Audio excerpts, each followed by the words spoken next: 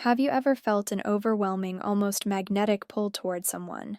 Like you just can't stay away no matter how many red flags are waving in your face? It feels intense, thrilling, maybe even a little addictive. But deep down, there's this gnawing feeling that something isn't quite right. Is it love or is it something else entirely? Today we're going to unravel one of the most confusing questions in modern relationships. Is it real love or just a trauma bond? Because here's the truth. What feels like passion might actually be pain in disguise, and understanding the difference could save you years of heartache. But before we dive in, don't forget to hit that subscribe button and turn on the notifications. If you find this video helpful, give it a like and share it with someone who might need to hear this today.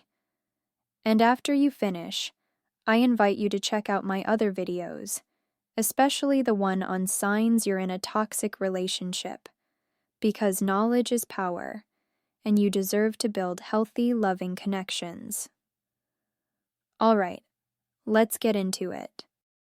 First, what exactly is trauma bonding, and why is it so hard to recognize? A trauma bond is a powerful emotional attachment that forms between two people, often in an unhealthy or even abusive dynamic. It's fueled by cycles of intense highs and devastating lows, moments of affection followed by hurt, then reconciliation, and the whole cycle repeats.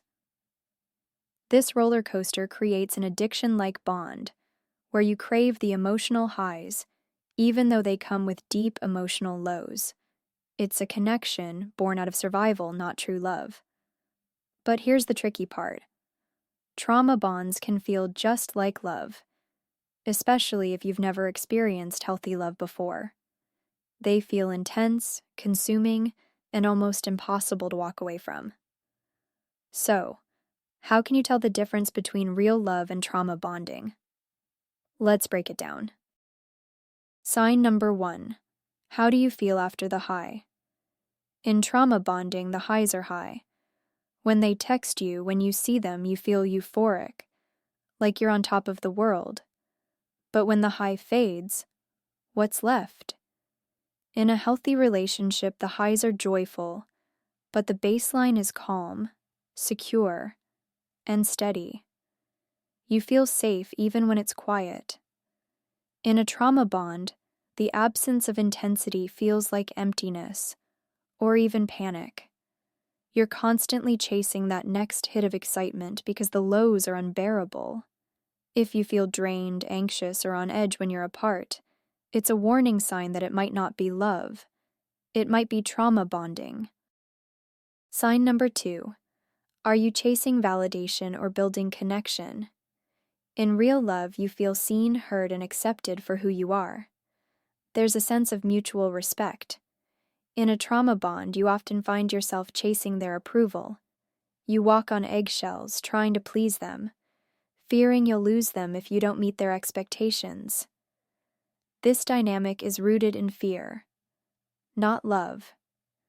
Healthy love feels like freedom, not a test you're constantly trying to pass. Sign number 3. The power struggle. In a trauma bond, there's often an imbalance of power. One person holds more control, whether emotionally, financially, or even physically. They might withhold affection, use guilt trips, or manipulate your emotions to keep you attached. In healthy love, there's equality. You can express your feelings openly, without fear of punishment or withdrawal. If you find yourself tolerating bad behavior just to keep the peace, or if you feel like your needs are always on the back burner, that's a red flag for trauma bonding. Sign number 4. Can you be yourself? This is a big one. In true love, you can show up as your authentic self, flaws, quirks, and all. You don't have to pretend. You don't have to shrink yourself to be loved. In a trauma bond, you might lose yourself. You might stop doing the things you love, or stop expressing your true opinions because you're afraid they'll leave. If you feel like you're becoming a version of yourself just to please them, that's not love.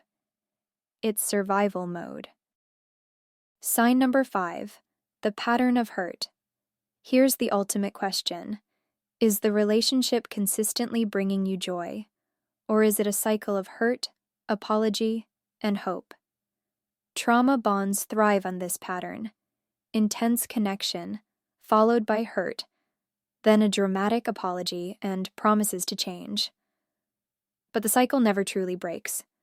In real love, conflict happens, yes, but it leads to growth, not to deeper wounds.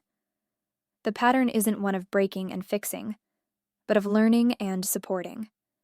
If you find yourself stuck in a loop where the same problems keep repeating, it's time to take a hard look. Are you in love, or are you just trauma bonded?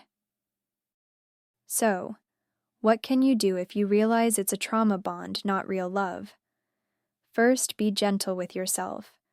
Trauma bonds are powerful because they tap into your deepest fears and unmet needs. It's not your fault, but it is your responsibility to break the cycle. Start by seeking support, whether from a therapist, a trusted friend, or even communities online. Educate yourself about healthy relationships. Reconnect with your own needs, your passions, your identity outside the relationship. It's not easy, but it's possible, and you deserve so much more than a love that hurts. Remember, you can't heal in the same place that broke you. Real love is calm, it's safe, it's respectful. It doesn't feel like you're constantly fighting for scraps of affection. If this video spoke to you, please consider subscribing. I'm here every week with more honest conversations about love, relationships, and emotional healing. And don't forget to check out my video on how to break free from a toxic relationship. It's a powerful next step if you feel trapped in a cycle that's hurting you. Your story doesn't have to end in pain. You have the power to rewrite it. And I'll be here to guide you every step of the way. Thank you for watching.